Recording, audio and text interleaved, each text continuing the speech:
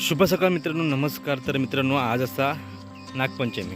तुमका नागपंचमीच्या लाख लाख शुभेच्छा. तर मित्रांनो, नागपंचमी पूजेसाठी लागणारे आपल्या फुला ते फुलं काढू गेले खाली.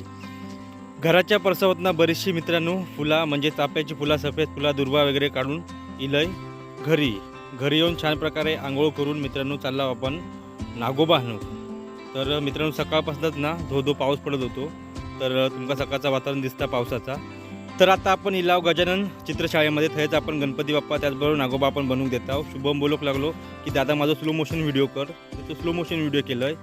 घरी आपण नागोबा ज्या आसनावर बसवता म्हणजे विराजमान करतात ते आपण त्या छान पद्धतीने बसवला. छान पद्धतीने पूजा झाली.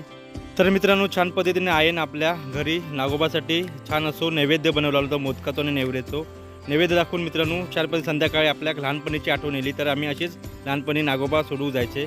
तर छान पद्धतीने नागपंचमी मित्रांनो साजरी झाली.